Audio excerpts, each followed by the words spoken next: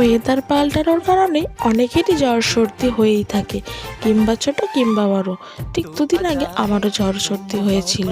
সেই কারণে মুখে একদম ভালো লাগছে না। যে কোনো তরকারি যত ভালো যাক, যত ঝাল দেওয়াই হোক না কেন, একটুও ভালো লাগছে না। সেই জন্য মনে পড়ে গেল এই রেসিপিটি অনেক আগে তৈরি করে খেয়েছিলাম, আবারও তৈরি করে ফেললাম আর আপনাদের সঙ্গেও শেয়ার করলাম।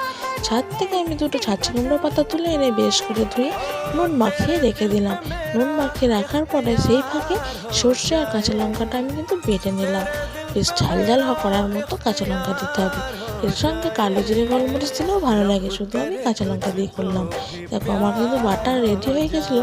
আর পাতার মধ্যে বাটা দিয়ে কাঁচা তেল দিয়ে বেসন দিয়ে এটা ভাঁজ করে নিয়ে বেসনের মধ্যে চুবিয়ে গরম তেলে ভেজে নেবো।